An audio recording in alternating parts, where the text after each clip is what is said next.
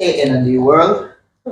We're back again Hi. for part three of this interesting discussion. We part two we ended talking about attachment style and we pointed out the four attachment styles. Yes, we identified four Yeah, attachment styles. yes. Today we're gonna go a little bit more into each one and what they mean, and maybe we'll get to what you can do about it, but maybe not. We'll see. Yeah. Please remember to subscribe, share. Please share it with people. This is important information that I think can help many, many people because once you hear it, you're aware of it. Once you're aware of it, you can work on it. So the things that are bothering you now will not necessarily bother you after you hear this. So like, share. And enjoy. Also comment because we want to hear from you. What topics are interesting to you? What would you like to hear from us? And what would you like to get more clarity on? I do this. This is my job, so I'm giving you all this information for free. Free. So use So it. the first attachment style we'll get a little in depth with is the secure attachment style. Okay. What is a secure attachment style? Secure attachment style is basically what it's self-explanatory. You are able to trust. You have experienced secure attachments, which means not a lot of disappointment. It didn't hurt you too much, and you can happily enjoy people, let go of relationships, adopt relationships, and be more secure in yourself in those relationships that you don't need so much validation from others. And it starts with having a warm and loving bond with um, child and the caregiver, Correct. right? Hmm. Okay. Well, not just warm and loving, but secure, right? Secure. Nothing changes. There's nothing to The- threat it. So the parent, so the child feel that they can depend on the parent. Mother leaves, she will come back. Yes, she will. Right. Yes. A caregiver maybe pose boundaries, but it's okay because we're okay. We know what's going on. We're clear about everything that's happening. And how does the secure attachment style translate into relationship? Like, Where you put yourself first in a relationship, not by actions, but you know that I'm okay, right? No matter what happens in a relationship, it doesn't define me. It will not break me.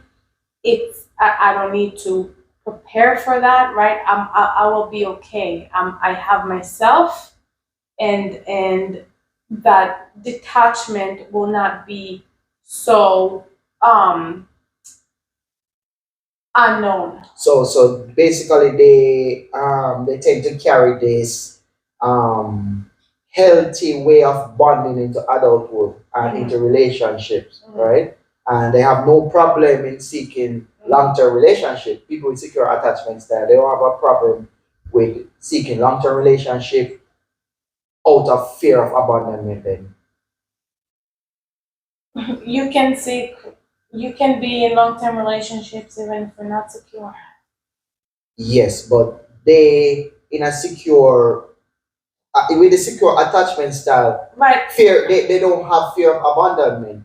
Unlike the Right. other attachment styles Right. you have, Right. Not that they don't have fear of abandonment, but they don't need to act on it. they don't need to act Because on it. even if someone will abandon them, they will be okay. They will know how to handle it. The next attachment style is I'm putting it right here, anxious ambivalent.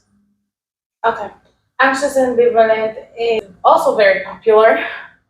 I don't think secure is as popular. Most people are not secure. Yeah. Anxious attachment looks like codependency. The child, right, when because as I said, it all started in childhood. In our previous video, we talked about attachment styles and how they form when we're very young. Anxious attachment is also formed very young, and it's somewhat traumatic, right? But trauma, we'll explore trauma again in a later video. But it's when we were kids, I guess all three of them are caused, all three of attachment styles that are not secure are caused because of trauma. Now, trauma can be very, very small thing. So it doesn't have to be this big thing. This happened to me, and therefore I can't trust people. I'm anxious, avoidant, or disorganized. So anxious attachment is what we call codependency. So they tend to distrust their caregivers. This means that they have insecurities. At some point, our caregiver disappeared or wasn't available. And once that happens, we learn to, okay, if now I'm not secure, now I have to worry, right? Anxious, anxiety. When will they come back? What will happen next? Will they ever be available? What does that mean for me? So people with insecure attachment style tend to be very dependent on someone else. And they continuously seek approval too. Yes, right. Approval, validation. Tell me you love me. Yes. Show me I'm needed. So that means this attachment style is, I think this is one of the most popular ones then. I think with women, I think women tend to be more anxious attachment because again we're not enough, right? So we constantly need those validations, need to be contacted and held and all of these things that okay, I'm okay here. He loves me. I don't need to worry. So we constantly also chase it, right? And it can become problematic. Yeah, and this attachment style, they find it difficult to express we say love and connection. Very difficult. Yes, it's okay, true. The next attachment style we'll look on is the avoidant. Avoidant. Avoidant is the exact opposite of anxious, right? When you're anxious, you want to come closer. I want you. I need you. I come. Stay with me. Tell me. Show me. Right? Avoidant is saying, no. You will hurt me, and I'm not available for that.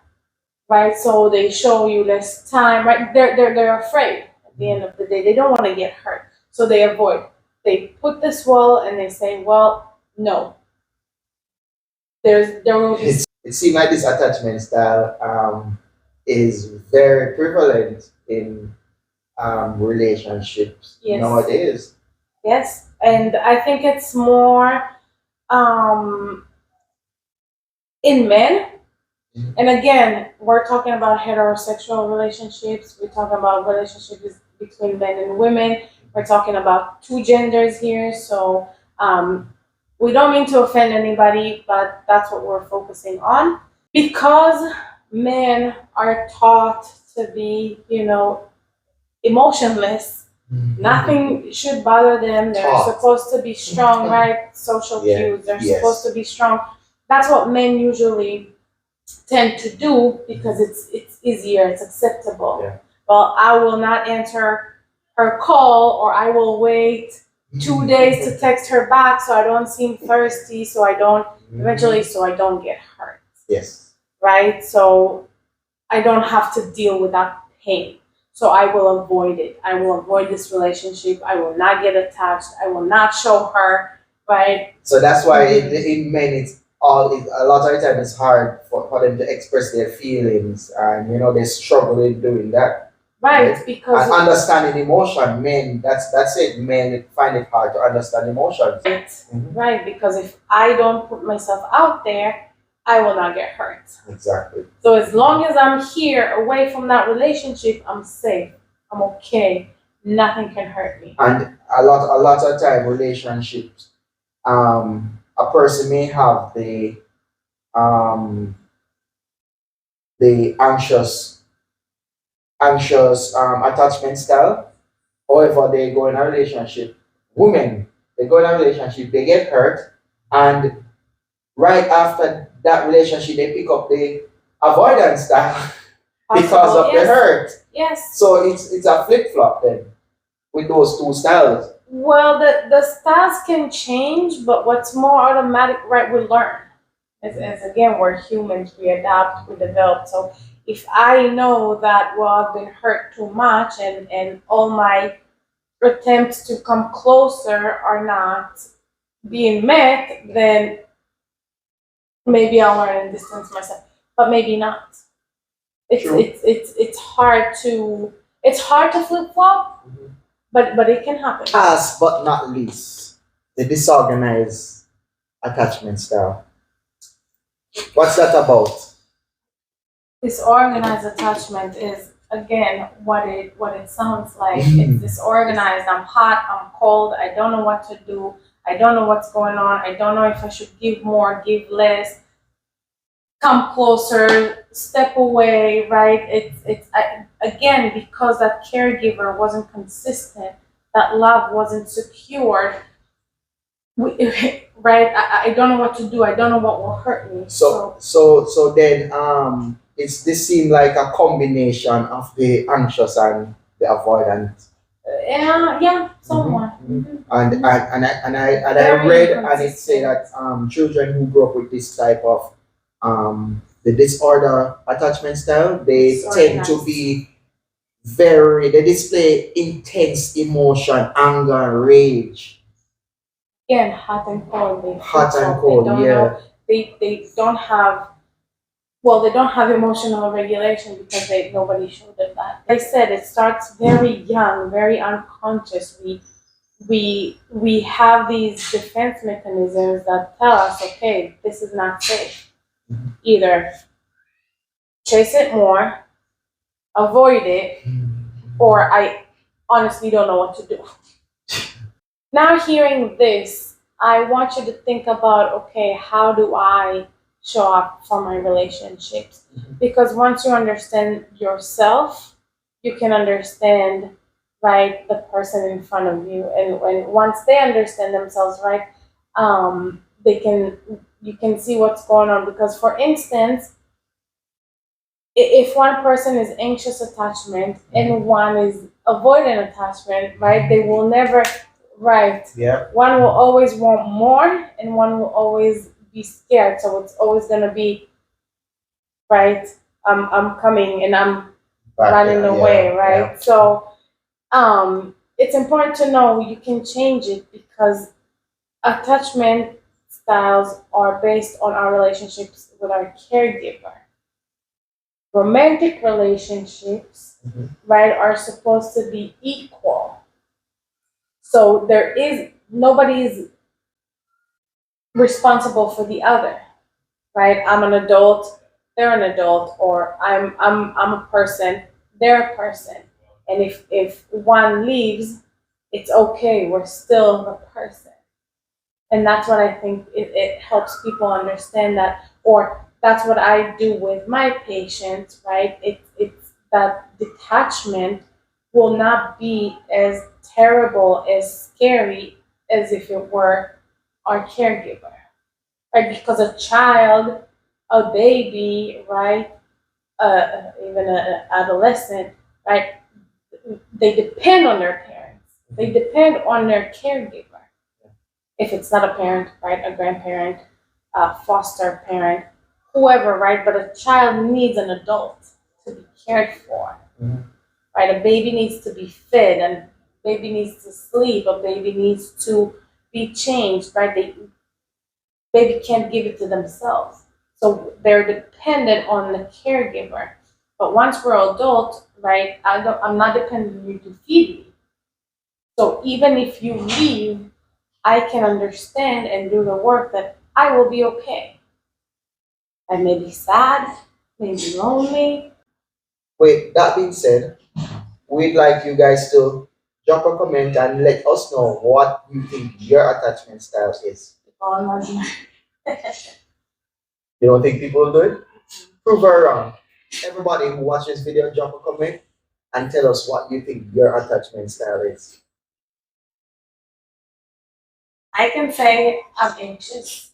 I'm anxious. I can say I'm secure. Okay, I'm secure mixed with a little avoidant. Exactly about what we said in the beginning. Everybody wants to be secure. Yes. So subscribe, like, comment, share.